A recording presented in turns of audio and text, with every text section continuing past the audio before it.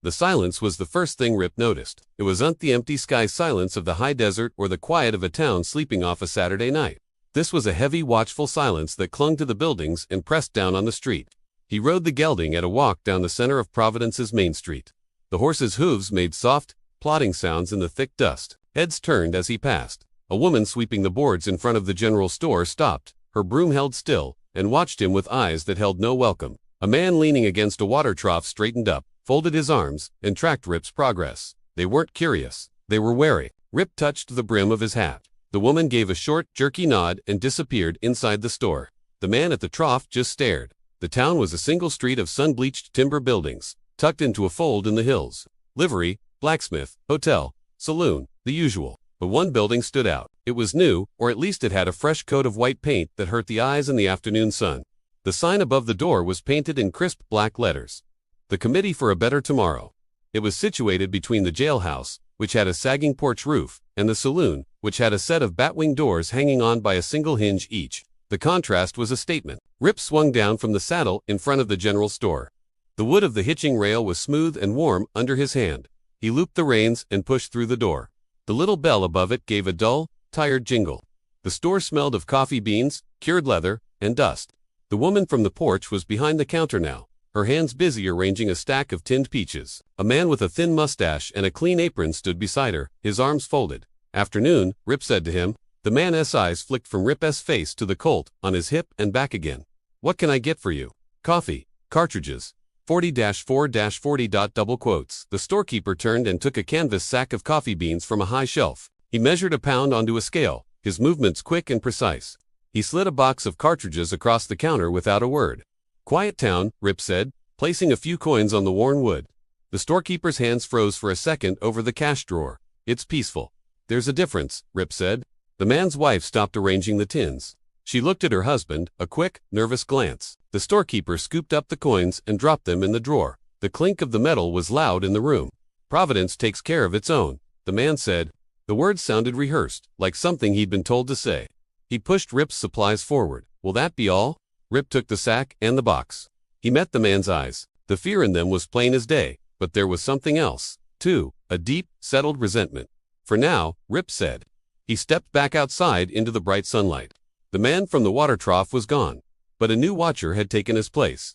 A man stood in the doorway of the committee's pristine office, a tall figure in a dark coat, smoking a slim cigar. The man didn't nod, he just watched, his gaze flat and possessive.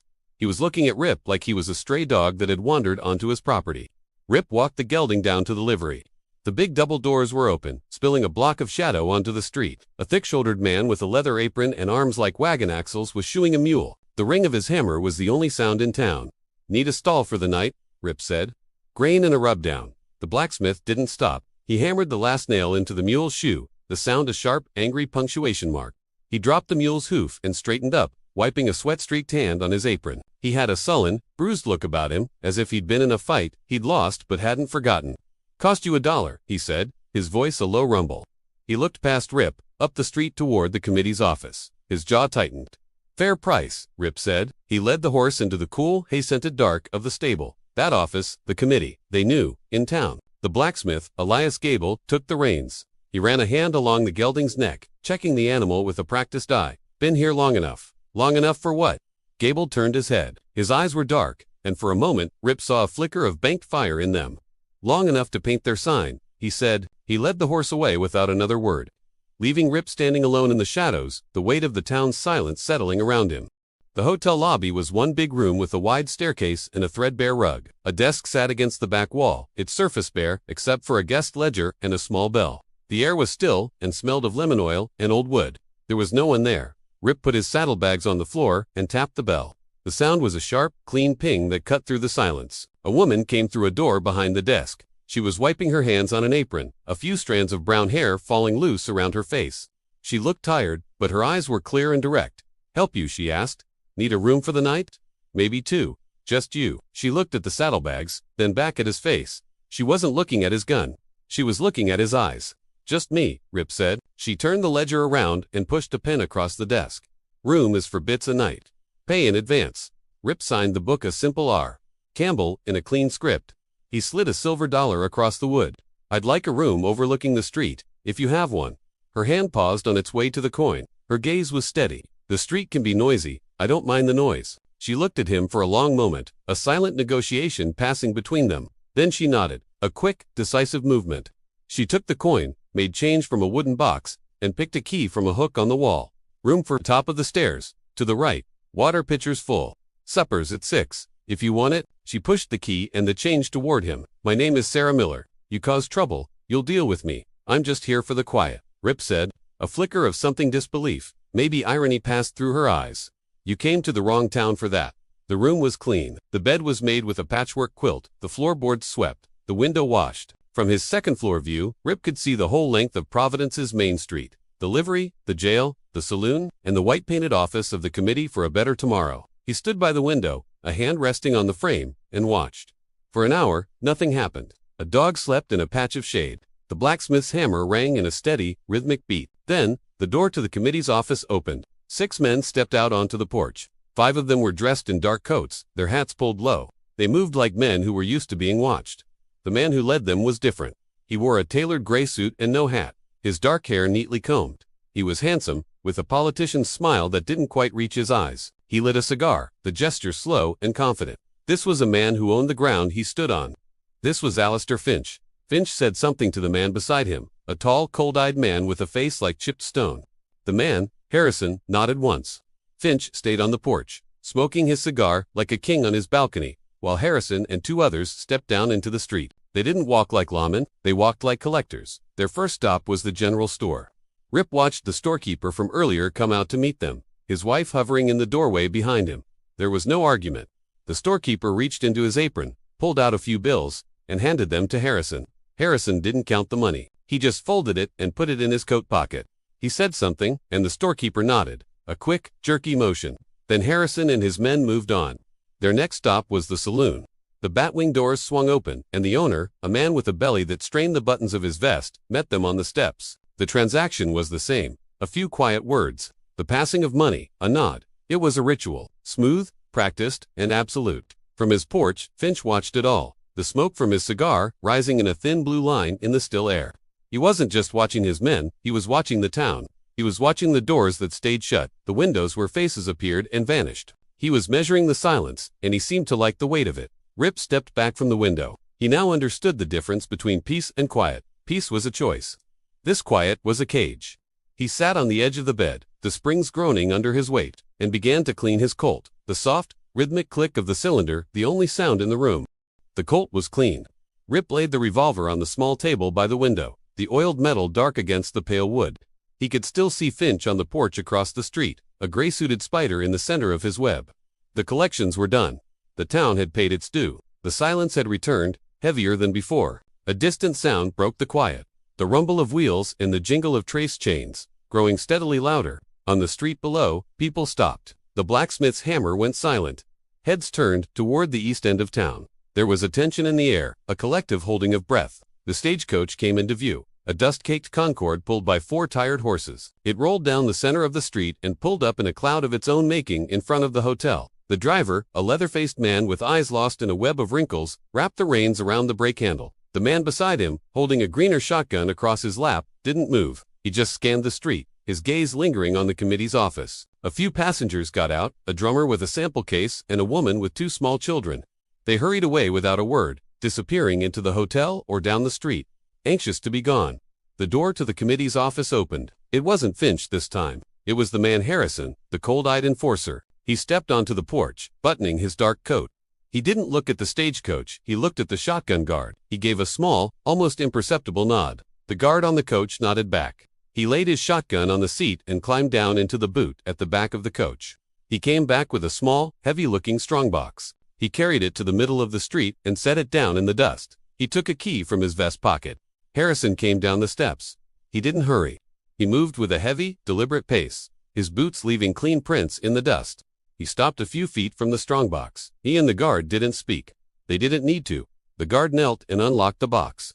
The lid squeaked open. Inside were several canvas satchels, each tied with twine and marked with a stenciled number. The guard took one, a thick bag that bulged with the shape of coins or folded bills, and stood up. He held it out.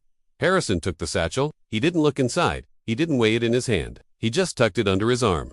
He looked at the guard. "Tell the superintendent the roads are clear to the junction. He'll be pleased to hear it," the guard said. His voice was flat, without expression. "See that he is," Harrison said. He turned and walked back toward the committee's office, the satchel held tight against his side. The guard watched him go. He waited until Harrison had stepped back onto the porch and disappeared inside. Then he spat a stream of brown tobacco juice into the dust, locked the empty space in the strongbox, and hefted it back onto the coach. He said something to the driver, and the two of them walked across the street and pushed through the batwing doors of the saloon. From his window, Rip watched it all. It wasn't a robbery. A robbery was loud and messy. This was quiet. It was business. It was an invoice being paid in the middle of the street for everyone to see. The protection the committee offered wasn't just for the stores and the hotel. They were selling the road itself. Rip looked at the clean white painted building. It wasn't a committee. It was a toll booth, and its gate stretched as far as the horizon. He picked up his Colt, the metal cool in his hand. The quiet of Providence suddenly felt a lot more dangerous. "Just whiskey," Rip said. The bartender nodded, his eyes not quite meeting Rip's. He was a man with a big belly and a small, worried mouth, wiping an already clean spot on the bar with a damp rag. He took a thick-bottomed glass from a shelf, poured 2 fingers of amber liquid, and slid it across the bar without a word. Rip wrapped his hand around the glass. The saloon was mostly empty. A few old-timers played a listless game of cards in a corner, their movements slow, their voices a low mumble. At the far end of the bar, the stagecoach driver and the shotgun guard were drinking with a grim, steady purpose. The guard still had his greener shotgun, leaning it against the bar stool beside him. Rip picked up his glass and walked the length of the bar, his boots quiet on the dusty floorboards. He set his drink down a few feet from the guard. "Long ride from the junction," Rip said. The driver looked up, his eyes a pale, washed-out blue. He studied Rip for a moment, then looked back down at his glass. "It's a road. Heard, it can be trouble," Rip said. The shotgun guard turned his head slowly. He had a face like a dried-up riverbed, all cracks and hard lines. "You hear a lot of things. Most of them ain't worth repeating." He took a long drink, his throat working. He set the glass down hard. "This ain't your conversation. Just making talk," Rip said. "Go make it somewhere else," the guard said. He and the driver finished their drinks in unison. A practiced, final gesture. The driver threw a coin on the bar that spun and settled. They picked up their gear and walked out, leaving the batwing doors swinging in the silence. They hadn't looked at Rip again. They had looked past him, at the street, at the clean white building across the way. The bartender came down and collected their empty glasses, his movements quick and nervous. "Friendly pair," Rip said. The bartender just shrugged, his back to Rip as he washed the glasses in a bucket of murky water. The batwing doors swung open again. This time, it was Harrison. He had another man with him, a bull-necked man named Cole, with fists that looked like cured hams. The saloon went quiet. The old men at the card table stopped their game, their hands frozen over their cards. Harrison's cold eyes swept the room. They passed over Rip without a flicker of recognition, dismissed him as part of the furniture, and settled on the saloon owner, who was sitting at a back table counting the day's meager receipts. Harrison and Cole didn't come to the bar. They walked to the owner's table. The owner looked up, a deer-in-the-headlights expression on his face. He started to stand. "Stay seated," Gus Harrison said. His voice was quiet, but it carried across the room. He pulled up a chair and sat down, uninvited. Cole stood behind him, a dark, silent mountain. "Harrison, the owner," Gus said, his voice a little too high. Everything all right?" "Just fine," Harrison said. He leaned forward, his elbows on the table, a picture of casual menace. The committee was reviewing the accounts. "We noticed your contribution this week was a little light." "Business has been slow," Gus stammered, sweat beading on his forehead.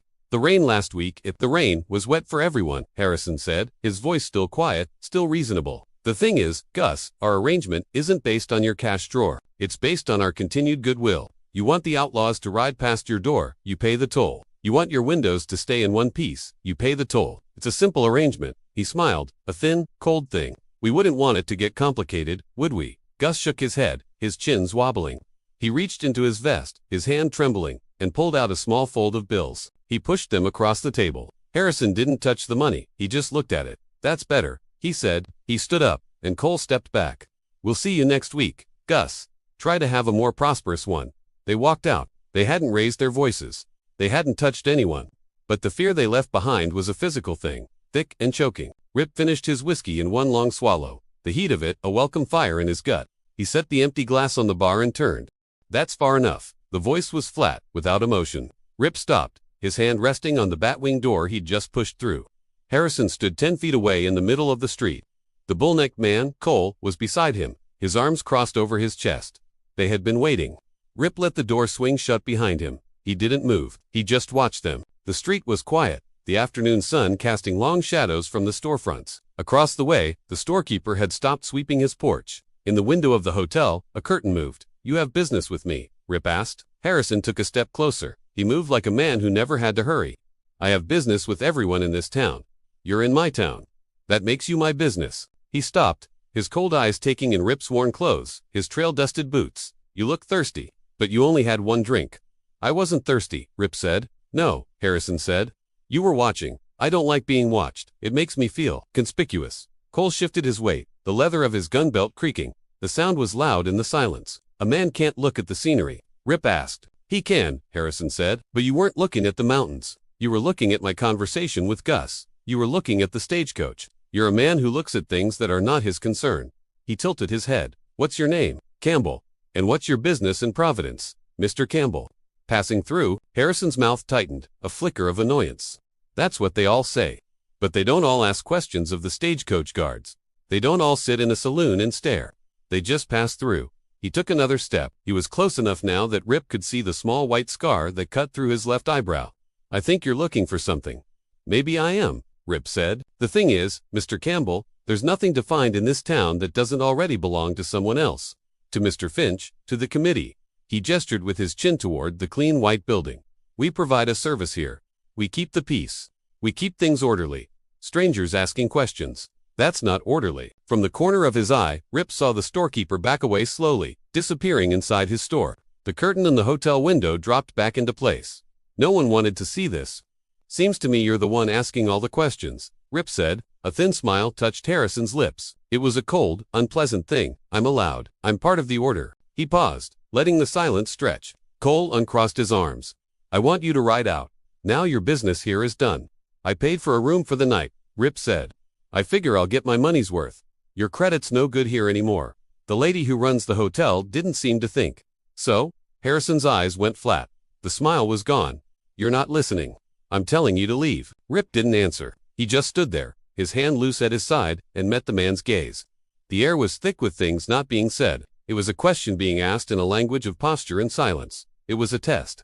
Harrison held his gaze for a long 10 seconds. He was weighing the cost. He was measuring the man in front of him. Then, he gave a small, almost imperceptible shake of his head. He had made a decision. "For now, have a pleasant evening, Mr. Campbell," Harrison said, his voice suddenly cordial. "Enjoy your stay." He turned, not waiting for a reply, and walked away. Cole gave Rip one last heavy-lidded stare, a promise of future violence, before turning to follow his boss. Rip watched them go, their dark coats stark against the dusty street. He waited until they had stepped back onto the porch of their office and disappeared inside. He didn't move until the door was shut. He could feel the eyes of the town on him, watching from behind their curtains and their closed doors. He had passed the test, but he had also failed it. The hotel dining room was a small, clean space that smelled of boiled potatoes and beeswax. 3 tables were occupied. A family with 2 quiet children picked at their food. 2 miners, their faces still showing the grime of their work, ate in a sullen silence. When Rip walked in, the low murmur of conversation stopped.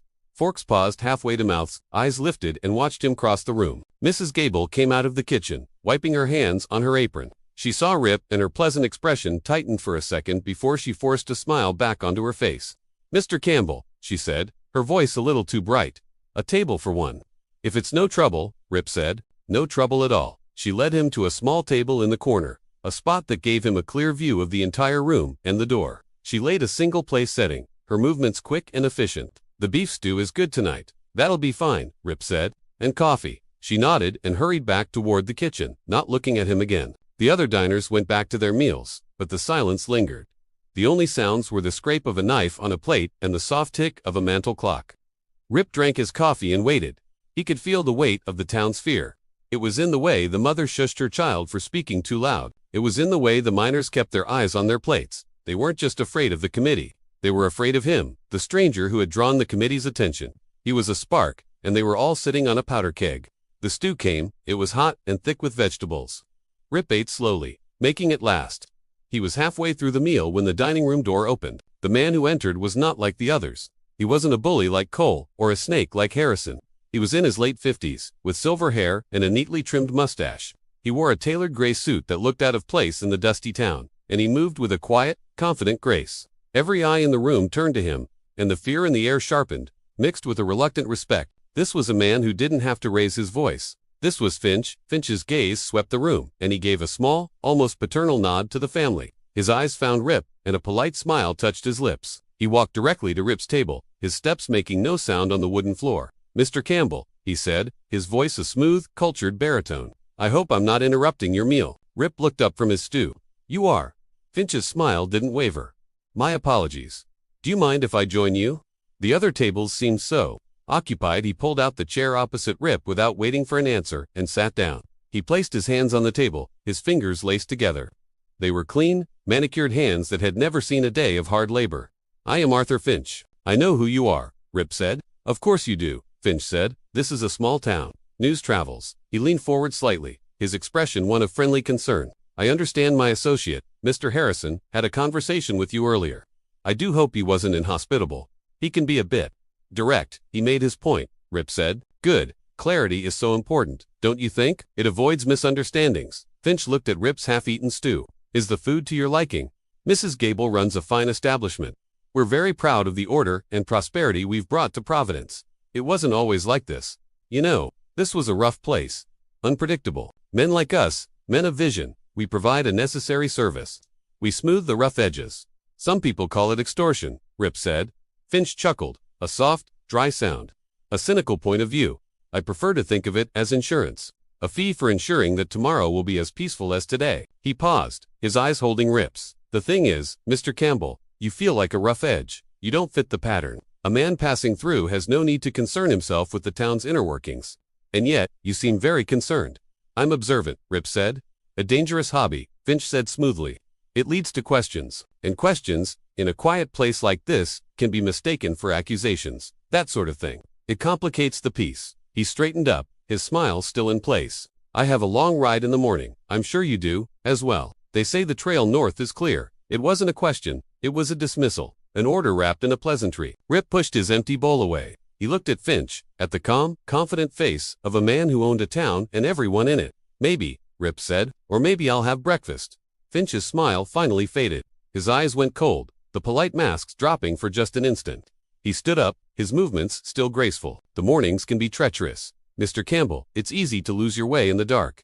He turned and walked out of the dining room, leaving a silence that was colder and heavier than before. Rip picked up his coffee cup, the ceramic warm in his hand. He took a slow drink, the hot liquid doing nothing to chase the chill from his bones. "Was the stew to your satisfaction, Mr. Campbell?" Mrs. Gable stood at the bottom of the staircase, a dish towel twisted in her hands. Her face was a polite mask, but her eyes were full of a frantic, pleading energy. She wanted him gone, not for her sake, but for his. "It was fine," Rip said. He stopped on the second step, looking down at her. "Thank you. There's fresh coffee on the stove, if you'd like." Her voice trailed off. She knew he wasn't going back for coffee. "I'm turning in," Rip said. "Long day." "Of course," she said, relief and fear warring in her expression. "You have a good night then." Rip nodded and turned, taking the stairs two at a time. The hallway above was dark, lit only by a single low-burning lamp at the far end that cast long distorted shadows on the floral wallpaper. The hotel was silent. It was the kind of heavy silence that comes after a threat, a stillness that waits for the other shoe to drop. His room was the second on the left, number 4. He put his hand on the brass knob and stopped. It was a feeling more than a sight. The door was not quite flush with the frame at the bottom, as if it had been pushed shut in a hurry. He turned the knob. It was unlocked. He always locked his door. He pushed the door open and stepped inside, letting the faint light from the hall spill into the room. They hadn't been gentle. His saddlebags were on the bed, the buckles undone, the contents a spare shirt, a handful of cartridges, a worn copy of a book spilled out on the quilt. The drawers of the small dresser were pulled open. The thin mattress was askew on the rope bed frame. It wasn't a robbery. His money pouch was still on the dresser, untouched. It was a search, a message. "We can get to you anytime we want." Rip stepped fully into the room and closed the door behind him, shutting out the hall light. He stood in the near darkness, listening. He heard the floorboards creak downstairs. He heard the distant, lonely bark of a dog. He could feel the eyes on the hotel, on his window. Finch's men, Harrison, Cole, they were out there, watching, waiting to see what he would do. He moved to the window and looked out, staying to one side, a shadow within the shadows.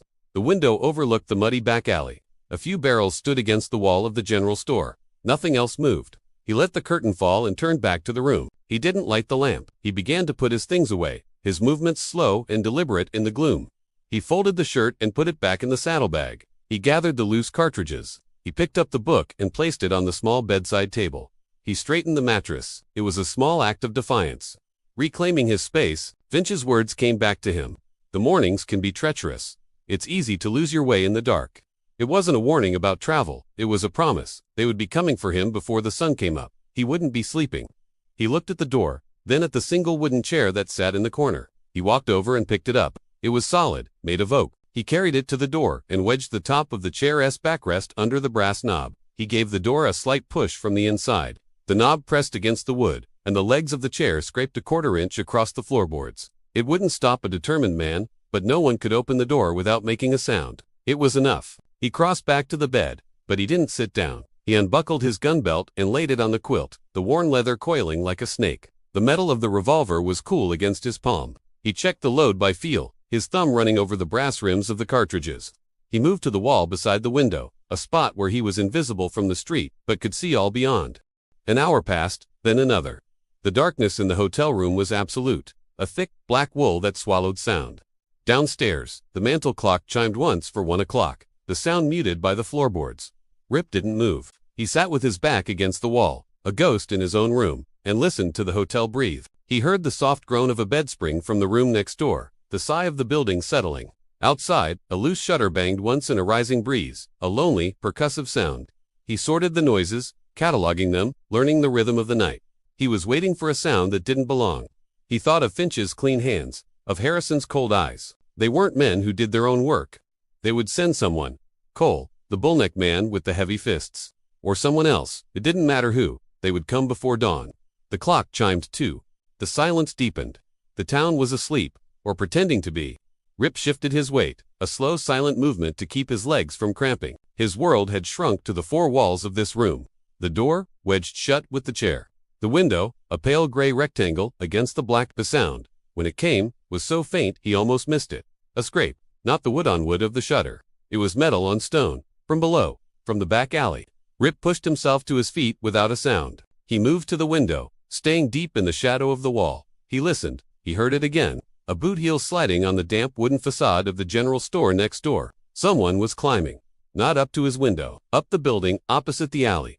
Getting a vantage point, he risked a look. His eye just passed the edge of the curtain. A shape moved on the roof of the general store, a man crawling on his belly to the edge of the parapet. He had a rifle. He was settling in, getting a clear line of sight on Rip's window. A lookout, a backstop. That meant the main play was coming from the front. Rip moved away from the window, back to his spot against the wall. He didn't look at the door. They had already tried the door and found it unlocked. They had been in his room. They wouldn't expect him to be waiting for them at the door now. They would expect him to be asleep, or watching the alley where the first sound had come from. A misdirection. He heard another sound. This one was closer. A soft thud against the outer wall of the hotel, just below his window. The rattle of a window sash in a room on the first floor. Then silence.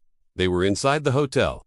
He heard the floorboards in the hall creak. One man, moving slowly, trying to walk without weight. The steps paused outside his door. A full minute passed. Rip could hear the faint whisper of cloth as the man on the other side shifted his weight. A hand touched the knob, turned it, slow and silent. The knob stopped as it met the pressure of the chair. Another long pause, then the steps moved away, back down the hall. They were clever. They wouldn't force the door and make a noise. They would try another way. The window, they had a man on the roof opposite to cover it. They assumed Rip was still focused on the door, his back to the window. Rip moved. He didn't go to the bed. He didn't hide in the corner. He went to the wall right beside the window, the same wall he had been leaning against. He pressed himself flat against the floral wallpaper, becoming part of the shadow. From here, he was invisible to the man on the opposite roof. Anyone climbing in would have their back to him. The waiting was the hardest part. The silence stretched, thick and heavy. He could hear his own heartbeat, a slow, steady drum in the quiet room. Then, a new sound. The soft scrape of a boot on the wooden window ledge, just outside. Fingers scrabbled for a hold on the sash. The window began to slide up. A slow, agonizing groan of wood on wood. A leg came over the sill, a dark shape against the paler dark of the night sky. Then a shoulder, and a head. It was Cole. He moved with a surprising quickness for a big man, trying to get into the room without making a sound. He had a knife in his hand, the blade a dull gray line in the gloom. Rip didn't shoot. A gunshot would bring the whole town running, and the man on the roof would have a clear shot. He waited until Cole had his second leg over the sill, his body off balance, half in the room and half out. Then he moved. He took one step and grabbed the ankle of Cole's trailing leg with his good hand. He pulled hard. Cole went out the window backward. A grunt of surprise punched out of him and landed with a heavy, wet thud in the muddy alley, 2 stories below. The thud from the alley was a thick, final sound, like a sack of wet grain dropped from a height. A single, sharp curse drifted up from the darkness below, followed by a groan. Across the way, the man on the roof of the general store made his choice. A rifle cracked, the sound sharp and clean in the night air. A bullet punched through the window glass a foot from where Rip stood, gouging a long white splinter from the wooden sash. The lookout wasn't shooting at a target. He was shooting at a room, hoping to get lucky. Rip didn't wait for the second shot. He moved away from the wall, grabbing the small oil lamp from the bedside table. The flame danced behind the smoky glass. The man on the roof had the window covered. The man in the hall would be coming back to investigate the noise. He was caught in the middle. Another shot tore through the window, this one shattering a pane of glass. Shards tinkled onto the floorboards. Rip didn't throw the lamp out the window. He turned and threw it hard against the interior wall, the one that led to the hallway. The lamp shattered, the oil splashing across the floral wallpaper. The flame caught, a sudden, hungry whoosh of orange light that threw dancing, monstrous shadows across the room. The paper, old and dry, blackened and curled, the fire climbing toward the ceiling.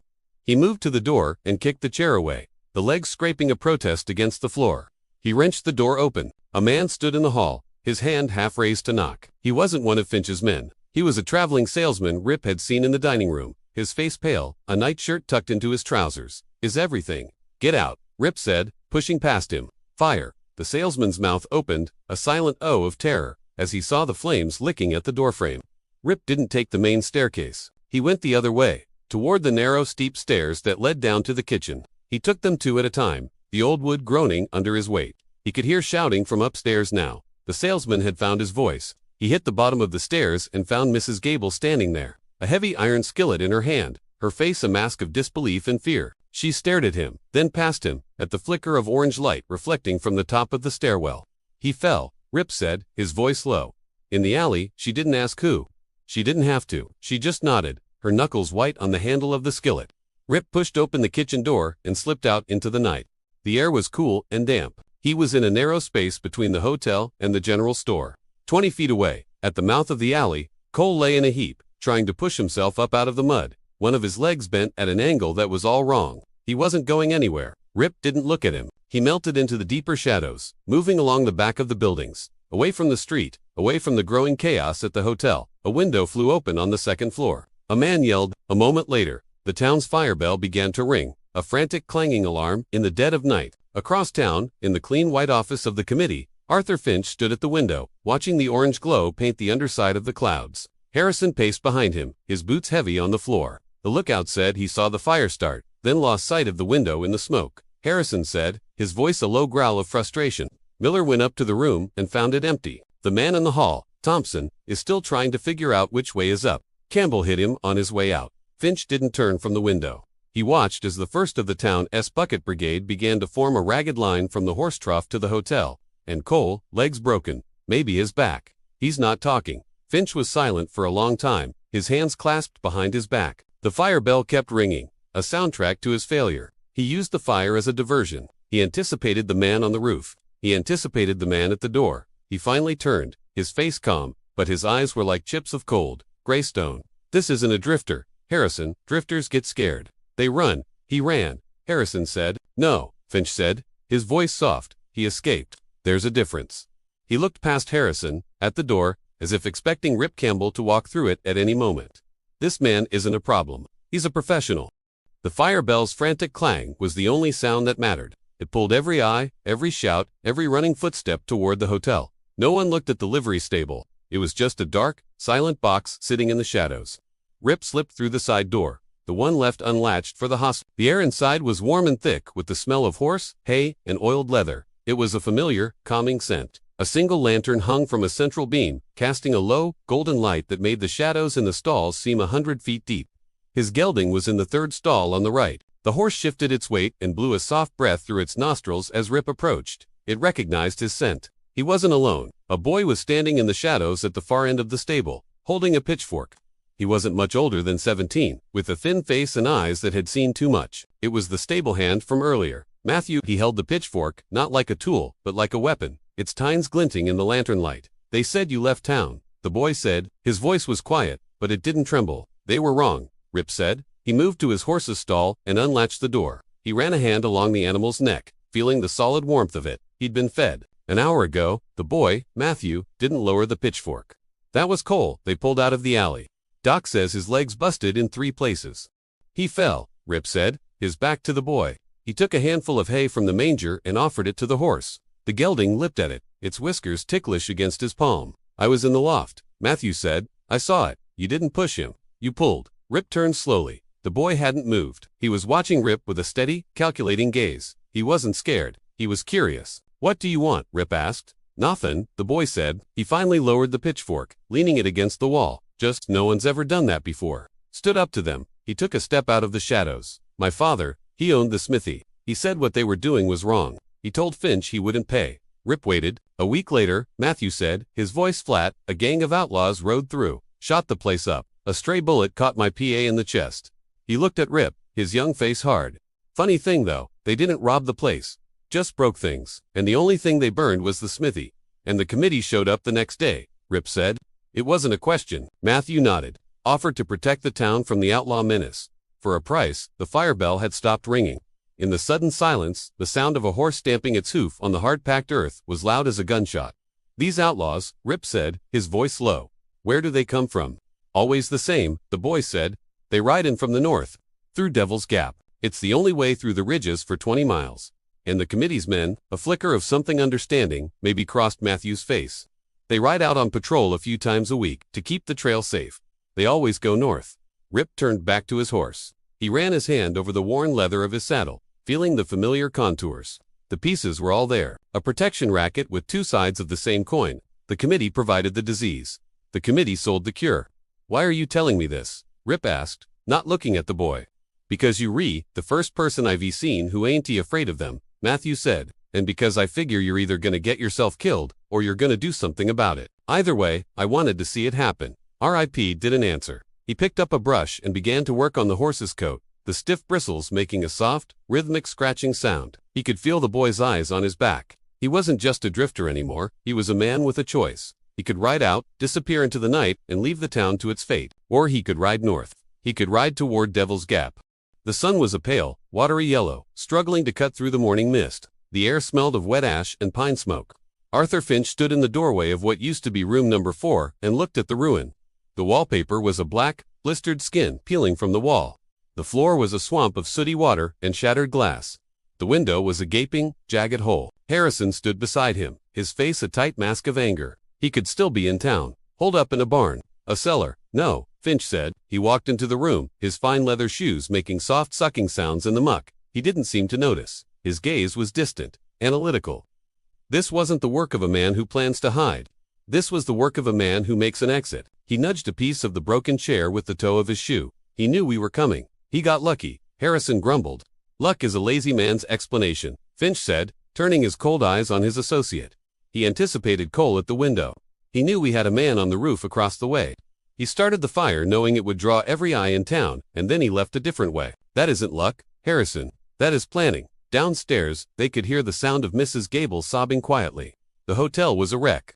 The fire had been contained to the one room, but the water and smoke had ruined the entire second floor. What about the stage? Harrison asked, changing the subject. The weekly shipment is due this afternoon. Finch waved a dismissive hand. The shipment is irrelevant. The system is irrelevant. If we don't have control, he walked to the shattered window and looked down at the muddy alley. He could see the spot where Cole had landed. Our reputation is built on the perception of absolute authority. This man, Campbell, he has made a crack in that perception. He turned back to Harrison. Find him. We'll get a tracker, Harrison said. Head out at first light. I don't want a tracker, Finch said, his voice dropping to a low, dangerous whisper. I don't want a posse. I want every man on our payroll. The 5 members of the committee, and the 4 men we keep at the North Stables, all of them armed. Now Harrison's eyes widened slightly. All 9 of us. For one man. This is no longer about one man, Finch said. He walked out of the ruined room, back into the hallway. The smell of smoke was even stronger here. This is about the message. We are going to ride out of this town in force. We are going to hunt him down, and the people of Providence are going to watch us do it. They need to be reminded of what happens when someone challenges the order of things. He started down the main staircase, his steps measured and sure. Where do we start? Harrison asked, following him down. Finch reached the bottom of the stairs. He stopped and looked at the front door of the hotel, at the muddy street beyond. He'll go north, toward the gap. It's the only way a man on his own would think he could lose a determined pursuit. He paused, a thin cold smile touching his lips. He thinks he's running from us. He's actually running toward us. He pushed open the hotel door and stepped out into the damp morning air, leaving Harrison to gather the dogs of war. The sound of hoofbeats on the muddy street was a dull, rhythmic drumming. Not one horse, many, moving with a purpose that didn't belong in the quiet moments before dawn. Rip stopped brushing the horse. He looked at the livery's main door, a large dark rectangle against the growing gray light of morning. That'll be them, Matthew said. He had been sitting on an overturned bucket, watching Rip, saying nothing for the better part of an hour. Now he stood up. Finch doesn't like to be embarrassed. Rip threw the brush into a wooden box. It landed with a clatter. He moved to the stall door and peered through the gaps in the wood. He could see them gathering in the street, in front of the committee's office. 9 men, all mounted, all carrying rifles. Harrison was at the front, his face a thundercloud. Finch was not among them. He was a man who gave orders, not a man who rode. The town was watching. Faces appeared in windows, pale and drawn. The general store owner stood on his porch, his arms crossed, a spectator at his own funeral. They weren't watching the committee. They were watching the livery stable. They knew Rip was still here. They were waiting to see what would happen when the hammer fell. Matthew moved to a feed sack and pulled something from behind it. It was a canvas satchel, heavy with supplies. Took this from the store an hour ago, he said, his voice low. Coffee, jerky, a tin of beans. Not much, but it's a long ride to the gap. He held it out to Rip. Rip took the bag. It was heavier than he expected. He looked at the boy. Why, my PA wasn't afraid, Matthew said, as if that explained everything. You get yourself clear. You ride west. There's a stage line that runs through the Cimarron territory. They won't follow you that far. Rip slung the satchel over his shoulder. He walked back to his horse and began to saddle it. His movements economical and sure. He didn't hurry. They think I'm running, Rip said, his back to the boy. He tightened the cinch, the leather groaning a protest. Ain't you? Matthew asked. Rip turned, picked up his gun belt from a hay bale and buckled it around his waist. A man runs, they'll hunt him forever. A snake, you don't run from, you go to its den and you cut its head off. Understanding dawned on Matthew's face, followed by a flicker of fear. You're going after them, all 9 of them. 9 men on horses make a lot of noise, Rip said. He checked the load in his revolver, his thumb passing over the cartridges. They're not hunting. They're putting on a show for the town. A show is slow, it's loud, it's predictable. He bridled the horse and led it out of the stall. The gelding's ears were pricked, its eyes on the commotion in the street. They'll kill you, Matthew said, the words a flat statement of fact. They'll try, Rip said. He swung up into the saddle. He looked down at the boy, at the thin, determined face in the gloom of the stable. You stay out of it. You hear me? You didn't see me. You don't know anything. Matthew just nodded, his eyes wide. Outside, Harrison raised a hand. He shouted an order, and the 9 riders spurred their horses, turning them north. They rode out of town at a canter, a small army kicking up sprays of red mud, their rifles held ready across their saddles. They didn't look back. They were the hunters. Their prey was ahead of them. Rip waited. He counted to 100, slow and steady. He listened as the sound of their horses faded, replaced by the silence they had left behind. The faces in the windows were still there. The trail was a muddy scar gouged into the land, wide enough for a wagon. 9 horses, ridden hard, had churned the earth into a messy proclamation. They weren't trying to be quiet. They were announcing themselves. Rip kept his gelding to the edge of the trail, where the ground was firmer. He let the horse pick its way through the scrub pine and rock, his eyes scanning the tracks. They rode bunched together, a cavalry charge without a general. No flankers, no point man. It wasn't a hunt. It was an armed parade. He'd seen men like this before. Men whose authority came from the number of guns they could gather in one place.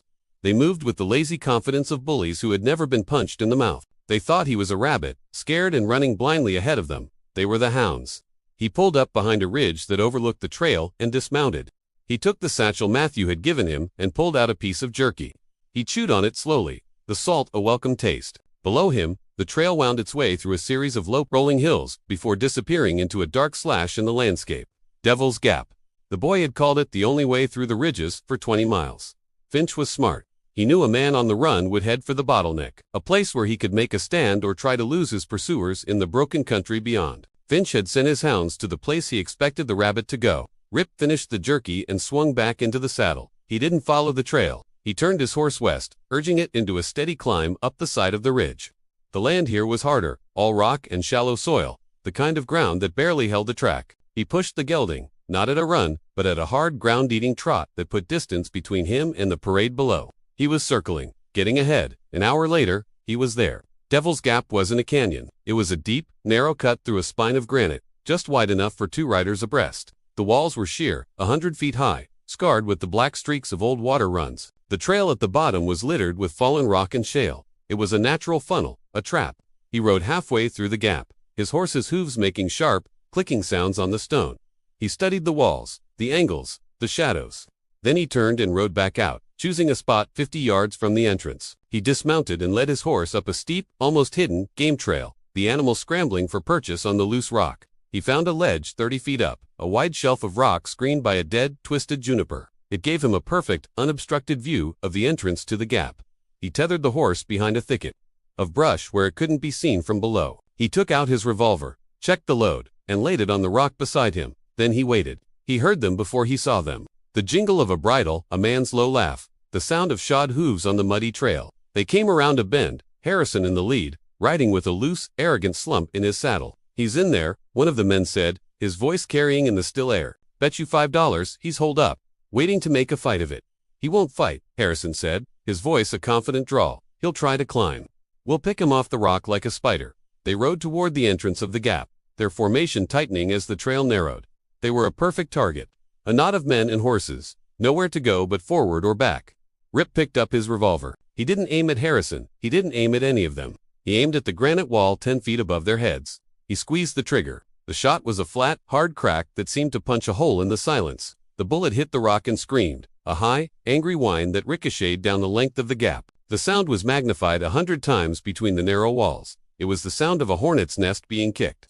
The lead horses screamed and reared, their eyes rolling white. A rider was thrown, landing with a grunt in a shallow puddle of muddy water. Harrison fought to control his mount, sawing at the reins, his face a mask of confusion and rage. Rip fired again. The second bullet hit lower, showering the riders with a spray of stinging rock chips. A horse went down, its legs tangled, sending its rider tumbling over its head. The parade had become a panicked, thrashing mob. Horses crashed into each other, men yelled curses, and the narrow space was a chaos of flailing hooves and tangled reins. From his perch, Rip watched them fight their own horses, their own fear. He hadn't hit a single man. He hadn't needed to. He stood up, holstered his revolver, and walked back to his horse. He swung into the saddle and turned the gelding west, away from the gap, away from the shouting and the chaos. He had fired 2 shots. "Get the horses clear," Harrison roared, his voice raw with fury. He finally got his own mount under control, the big bay dancing sideways, its eyes rolling. "Dalton, C2 Ames." The narrow space in front of the gap was a tangle of panicked animals and cursing men.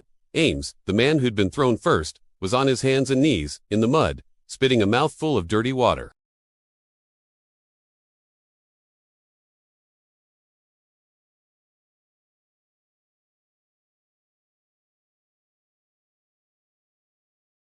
He was a man whose parade had been rained on with bullets. Dalton, a thick-set man with a temper to match his build, pulled his pistol. The shot was a flat, ugly sound that echoed the 2 that had come from the rocks above. The horse shuddered and went still. 2 other men helped drag the groaning, white-faced Pierce from beneath the dead weight. "Where did it come from?" Ames sputtered, getting to his feet.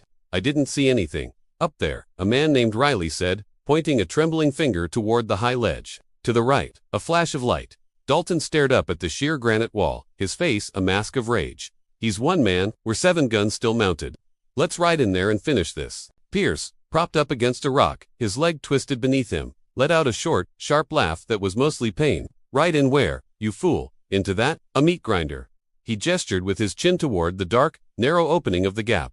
"He's got the high ground. He can sit up there all day and pick us off like bottles on a fence. He's one man," Dalton repeated, his hand tight on the butt of his revolver. "One man who shoots better than you think," Pierce grunted. "He wasn't aiming at us. He was aiming at the rock, spooking the horses. He could have killed 2 of us clean if he'd wanted." Harrison strode over and stood over Dalton, his shadow falling across the angry man. "Shut up," he said, his voice low and tight. "Both of you, all of you. You think he's still sitting up there, waiting for you to hold a town meeting?" He swept his cold gaze over the ledge. He fired 2 shots and disappeared. "He's not there anymore. He was sending a message." The men went quiet. They looked from Harrison to the rocks and back again. The lazy confidence was gone, replaced by a sullen, nervous anger. "He played us," Harrison said, the words tasting like ash in his mouth. "He knew we'd come here. He knew we'd ride in like we owned the place. He kicked at a loose stone. He wanted to break us up, slow us down." "So what's the plan now?" Riley asked, his voice hesitant. "We go back to town." Harrison's head snapped around. Go back. And tell Finch, we got run off by one man with a pistol. Not a chance. He walked to the mouth of the gap and stared into the shadows. He was thinking now, the humiliation forcing a kind of clarity. The game had changed. He had to change with it. He turned back to his men. Dalton, you and Riley. You're going in. Dalton's angry expression morphed into a grin. Riley looked less certain. Just the two of us. You're not going in to fight him, Harrison said. You're going in to make noise. Ride slow. Stay to the sides. Fire a few shots into the rocks. Keep his head down. I want him to think the whole damn army is coming in after him. And what are you doing? Dalton asked, his suspicion returning. The rest of us, Harrison said, gesturing to the 4 other men, are going over the top. He pointed up at the steep, rocky side of the ridge. It'll be hell on the horses, but we'll do it. We'll get above him. Come down on him from a place he's not looking. He looked from man to man, his authority returning, colder and sharper than before. He wants to climb. Fine, we'll hunt him in the rocks. But this time, we do it my way. Quiet. He didn't wait for an answer. He strode back to his horse, grabbing the reins. Pierce, you and Ames take the lame horses and head back. Tell Finch, we have him boxed in. Tell him, it'll be done by sundown. He swung into the saddle, his movements stiff with anger. He looked at Dalton and Riley. Give us a 10-minute lead, then go. Without another word, he spurred his horse, turning it away from the trail and forcing it up the steep, treacherous slope of the ridge. The other 4 men followed, their horses scrambling for purchase on the loose shale. The echo of the third shot, the flat, ugly one, rolled up the rock face and faded. Rip was already 100 yards west of the ledge, hidden in a deep fissure in the granite. He had moved the second, his own gun was back in its holster. A man who stays where he shoots is a man who dies where he stands. He peered through a narrow gap in the rock, his world framed by a V of gray stone. Down below, the chaos was organizing itself into something more dangerous. He watched Harrison stride through the mud, his voice a faint, angry bark that the wind tore apart and carried away. He saw the men drag Pierce out from under the dead horse. He saw Dalton's angry gestures, and Harrison moving to shut him up. He couldn't hear the words, but he understood the language of humiliation and rage. The parade was over. He watched Harrison point, once toward the gap, once up the steep side of the ridge. The group split. 2 men, Dalton and the one called Riley, moved their horses toward the mouth of the canyon. The other 5, Harrison at their head, turned their mounts and began to force them up the treacherous shale-covered slope. A pincer, a classic, clumsy, textbook pincer. They thought he was a fox gone to ground, hiding somewhere in the rocks of the gap. Dalton and Riley were the dogs sent in to flush him out. Harrison and the others were the hunters, climbing to get above the hole, to shoot down on anything that moved. It was a good plan. If the fox stayed in the hole, Rip backed away from the fissure. He moved with a quiet urgency, his boots making no sound on the solid rock. He untethered his gelding from the thicket. The horse was skittish, its ears twitching at the faint, angry shouts from below. Rip ran a calming hand along its neck. Easy, boy, he murmured. It's not our fight. Not yet. He swung into the saddle and turned the horse. Not down, but west, deeper into the high, broken country that formed the spine of the ridge. Harrison's men were fighting the land, their horses slipping and scrambling on the loose rock, making a racket. Rip used their noise to cover his own hay. He kept to the draws and game trails, the gelding moving with a steady, sure-footed grace. He was no longer the prey, he was the pace car. He rode hard for 20 minutes, the wind cold on his face. The terrain rose and fell, a maze of sharp-edged boulders and stunted, wind-twisted pines. He was putting distance between himself and the hunters, but he was also moving parallel to them. They were down on the slope, fighting gravity. He was up on the spine, using it as a highway.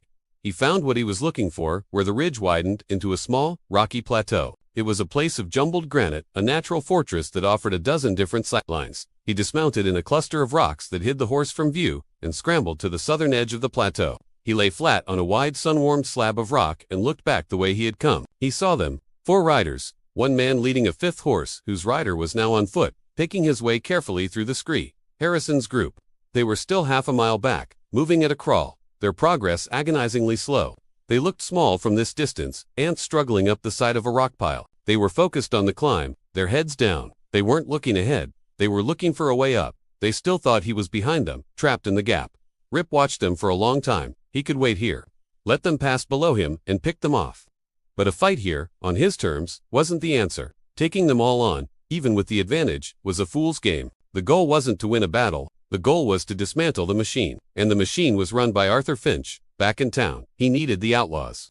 He needed the other half of the coin. He backed away from the ledge, a plan forming in his mind, cold and clear. He walked back to his horse. He had seen what he needed to see. He knew their plan. He knew their pace. Now, he would let them hunt a ghost. He swung into the saddle, turned the gelding north, and rode over the crest of the ridge, disappearing into the vast, empty country that lay beyond. The sun was hot on the back of Harrison's neck. Every step the horse took was a struggle, a fight against loose shale that slid away like brown sugar. Below him, the trail was a thin, muddy ribbon. He couldn't see the entrance to the gap anymore. He was committed. "Damn this country," a man named Webb grunted from behind him. Webb was leading his horse, the animal's sides heaving, its iron shoes scraping uselessly against the rock. "A goat would break its neck up here. You want to trade places with Dalton?" Harrison shot back without turning. "Go sit in that shooting gallery and wait for Campbell to drop a rock on your head." Webb didn't answer. The only sounds were the groans of the horses, the clatter of dislodged stones, and the heavy breathing of the men. They were 5 hunters, sweating and cursing, reduced to a slow, clumsy crawl. They still thought their prey was below them, trapped. The idea was the only thing that kept them climbing. Inside the gap, it was 10 degrees cooler. The air was still and dead, the high granite walls blocking the sun. Dalton rode with his rifle across his lap, his eyes scanning the ledges and fissures above. "See anything?" Riley whispered from 10 feet behind him. His voice was a dry scratch. "Shadows," Dalton said. He didn't like this. It felt wrong. The place was a tomb. "Fire," another shot. Riley pulled his pistol and fired at the opposite wall. The crack of the shot was a physical blow, a boom that slammed back and forth between the rock faces before rumbling off into the distance. A few pebbles rained down. Then silence, deeper than before. "You think he's still in here?" Riley asked, his nerves starting to fray. "Harrison thinks so," Dalton said, though he didn't believe it anymore. "Campbell wasn't a man who sat still. He was a man who pulled you out of a window. Just keep your eyes open. And shut your mouth." They moved deeper into the canyon. 2 men making noise to scare a ghost, the feeling of being watched crawling on their skin. 5 miles north, Rip Campbell sat his horse on a high bluff and looked out over a hidden valley. He had followed the faint trail, not of a single rider, but of a group that came and went with regularity. A trail the committee's patrols used. A trail that led here. The valley was a shallow bowl, green with grass and dotted with cottonwoods, a place the harsh country had forgotten to scour. A thin curl of smoke rose from a cluster of canvas tents and lean-tos tucked against the far wall of the valley. Horses grazed near a small clear-running creek. It was a camp, not a big one, maybe 6 or 7 men. He watched them for a long time. One man was cleaning a rifle. Another was tending a small fire. They moved with the lazy, unconcerned air of men in their own territory. They weren't expecting company. These were the outlaws. The other half of Finch's coin, the men who provided the fear that the committee was paid to prevent. Rip backed his horse away from the bluff, his movements slow and deliberate. He dismounted and took the satchel from his saddle horn. He pulled out the tin of beans in a small heavy skillet. He gathered a handful of dry scrub and built a small smokeless fire in a hollow between 3 large boulders. He wasn't going to ride in with guns blazing. He wasn't going to sneak in after dark. He was going to let them find him. He put the skillet on the fire and opened the tin of beans with his knife. He dumped them into the pan, the thick sauce sizzling as it hit the hot iron. He added a splash of water from his canteen and stirred it with the tip of his knife. The smell of the cooking beans and the coffee he started to brew began to drift on the breeze, a clear, unambiguous signal in the clean air. It was the smell of a traveler, a man on his own making a meal. But it was more than that. It was an invitation, an announcement. He sat with his back against a warm rock, his revolver on the ground beside him, and waited for the company he had traveled all morning to find. He ate his beans slowly, 1 spoonful at a time. The coffee was starting to boil, the dark grounds swirling to the surface of the small pot. Rip didn't look up from the fire. He knew they were there. He had felt their eyes on him for the last 5 minutes. "That's a mighty bold fire for a man riding alone." The voice came from the rocks to his left. It was a low, gravelly sound. Rip took the pot off the fire and poured the coffee into a tin cup. He took a sip, the liquid hot and bitter. 2 men stepped out from behind the boulders. They moved with a lazy, confident slouch, rifles held easy in their hands. The one who had spoken was a big man with a thick, untrimmed beard and a dusty black hat pulled low. The other was younger, thinner, with a nervous energy that made his eyes dart from Rip to the horse and back again. "Just making breakfast," Rip said. "Ain't breakfast time," the big man said. He took a few steps closer, his boots crunching on the rocky ground. "And this ain't the public road. This is private property." Rip took another sip of his coffee. "Didn't see a fence." "The rocks are the fence," the man said. "And we're the gate." He stopped 10 feet away. "You lost." "Not anymore," Rip said. A third man appeared. He didn't come from the rocks. He walked down the gentle slope from the direction of the camp, moving with a quiet, unhurried purpose.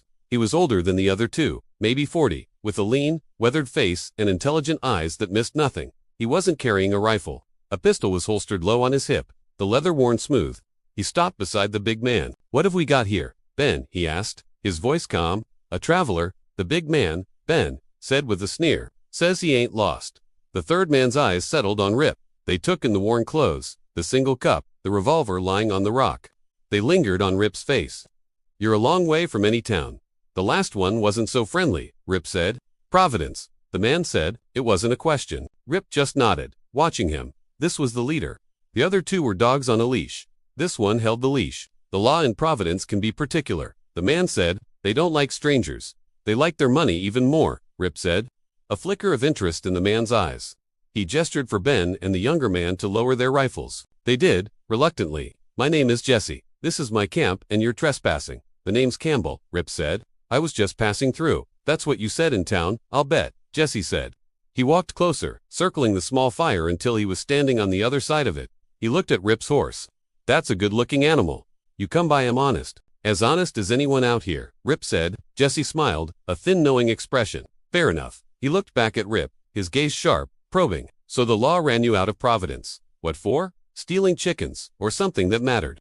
"They accused me of asking questions," Rip said. "Turns out, that's a hanging offense in that town." "Depends on the questions," Jesse said. He crouched down by the fire, picking up a stick and poking at the embers. "The men who run that town, the committee, they like to keep things quiet. They've got a good system," Rip said, meeting his gaze over the fire. "They get the town to pay them for protection." Jesse looked up from the fire, his eyes narrowed. And every so often," Rip said, his voice low and even, "a band of outlaws rides through and breaks things. Just to remind people why they need the protection." The silence that followed was heavy and complete. Ben and the other man shifted their weight, their eyes darting from Jesse to Rip. They didn't understand the conversation, but they understood the tension. Jesse stood up, brushing the dust from his hands. He looked at Rip for a long time, a slow, careful appraisal. He was seeing a man who knew the game, a man who wasn't scared, a man who had just laid all the cards on the table. "You talk a lot for a man with no friends," Jesse said finally. "I'm not looking for friends," Rip said. "I'm looking for a place to water my horse." Jesse's thin smile returned. He looked over at the camp, then back at Rip. He made a decision. "Ben, take Mr. Campbell's horse. See that it gets a drink." He looked back at Rip, his expression unreadable. "The coffee smells good. You got another cup?" Rip fetched the other tin cup from his saddlebag. He poured it half full of the black scalding coffee and handed it to Jesse across the fire. Their fingers brushed. Jesse's hand was hard and calloused, a working man's hand. Jesse took a sip, his eyes never leaving Rip's face. "He took a big risk coming here. The alternative was less appealing," Rip said. He refilled his own cup. Ben, the big man, hadn't taken Rip's horse. He stood a few feet away, his arms crossed, his face a thundercloud of suspicion. The younger one, whose name was Kid, had led the gelding toward the creek, but he kept looking back over his shoulder, his curiosity stronger than his fear. The other men in the camp had stopped what they were doing. They were watching, leaning against trees or sitting on saddle blankets, a silent, dangerous audience. "Finch sent 9 men after you," Rip said, his voice low. "A man named Harrison is leading them. They think I'm holed up in Devil's Gap." Jesse didn't seem surprised. Harrison is a dog who thinks he's a wolf, and 9 men is Finch's way of making a statement. He likes his pageantry. He took another drink of the coffee. "Good coffee. You pay extra for it in Providence, I'll bet. Finch's town, Finch's prices. It's a tight setup," Rip said. "You provide the ghosts. He sells the charms to keep them away." Jesse allowed himself a small, cold smile. "It's a living, better than breaking rocks or digging in a hole for another man's gold." He gestured with his cup toward the camp. "We're businessmen, Mr. Campbell. We provide a service, a demonstration of what could happen. Finch, he handles the sales end. A partnership. Seems like a partnership where one man sits in a warm office and the other sleeps on the ground," Rip observed. The smile on Jesse's face tightened. He looked down into his cup. "The terms have been profitable. Mostly.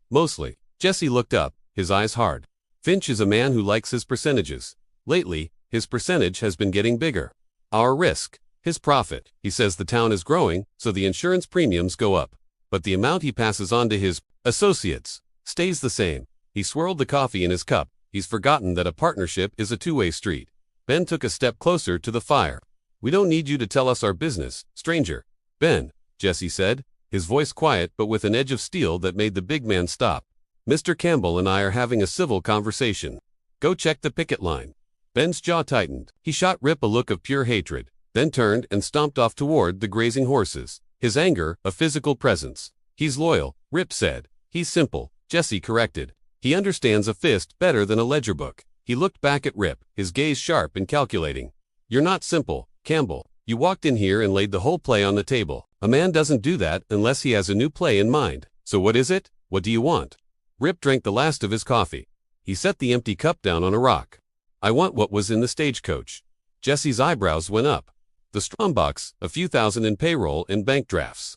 Not worth starting a war over. Not the strong box, Rip said. The other box. The one wrapped in canvas. The one addressed to Arthur Finch himself, that the guard kept under his seat. The confidence in Jesse's eyes faltered for the first time. He hadn't known what was in it. Finch's real ledger, Rip said. The one he keeps off the books. A record of every shakedown, every percentage, every dollar he's squeezed out of that town. Proof. Jesse was silent for a long time. The implications settled in the air between them, heavier than the wood smoke. He understood immediately. Finch wasn't just running a racket. He was keeping a record of it. A record that implicated not just him, but Jesse and his men as well. He's getting ready to clean house, Jesse said, the words a soft, dawning horror. He was going to use that book to get the law on his side, make himself the hero who cleaned up the territory, and you'd be the loose ends. Rip finished for him. The outlaws he brought to justice. Jesse stood up and walked a few paces away from the fire. His back to Rip, he looked out at the peaceful valley, at the horses grazing by the creek. He saw the trap that had been slowly closing around him. He turned back, his face a grim mask. The pretense was gone. Harrison and his men. They're not just hunting you, are they? They're on their way here. They're climbing the ridges around the gap right now, Rip said. But when they find I'm not there, this is the first place they'll look. Finch knows where you are. He has to. Jesse's hand went to the butt of his pistol. The friendly conversation was over. Jesse kicked the coffee pot over. The hot liquid hissed in the embers, sending up a plume of bitter-smelling steam. He didn't seem to notice. He was staring north, at the empty line of the ridge, but he was seeing a hangman's noose with his own name on it. All this time, he said, his voice a low, dangerous rumble. All this time, the son of a bitch was building a cage for us. Ben came striding back from the picket line, his face dark with suspicion. What's going on? Kid said you sent him for another cup. The coffee's off, Jesse said without looking at him. Finch is playing a new game.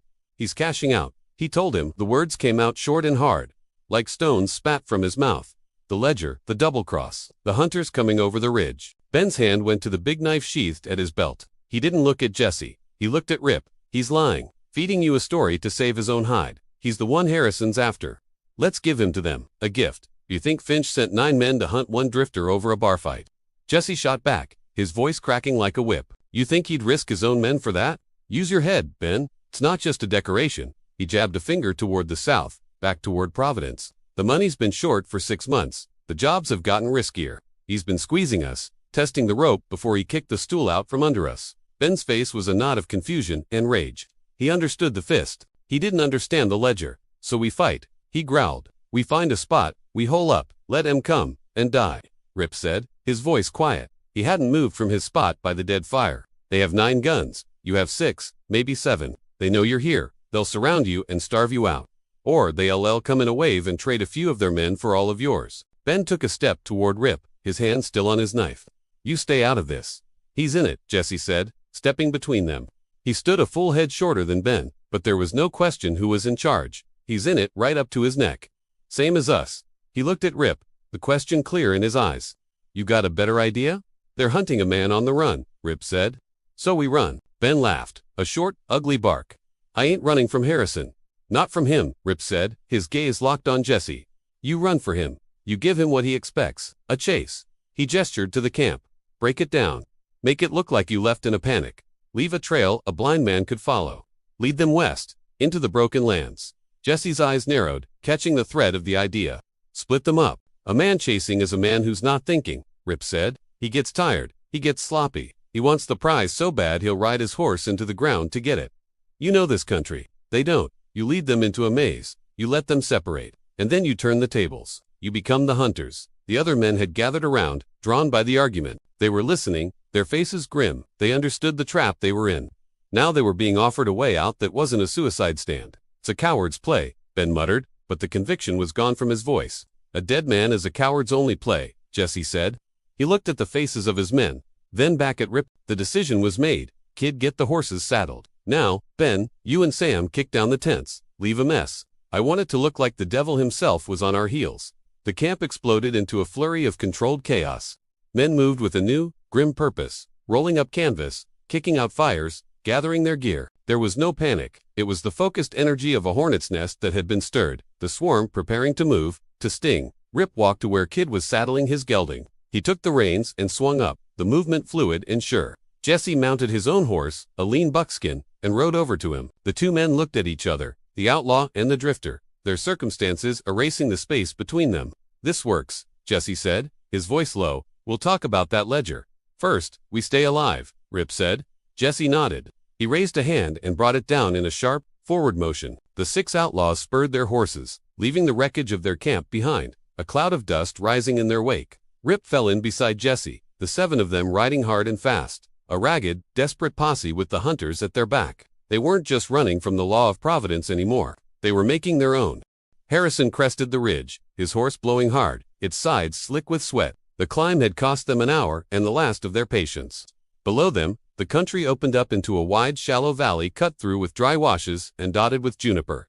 "Anything?" he called back to Webb, who was still 20 yards down the slope, his face red with exertion. "A whole lot of nothing," Webb grunted. He pulled himself the last few feet and stopped, surveying the terrain. "We lost them. He could be anywhere down there."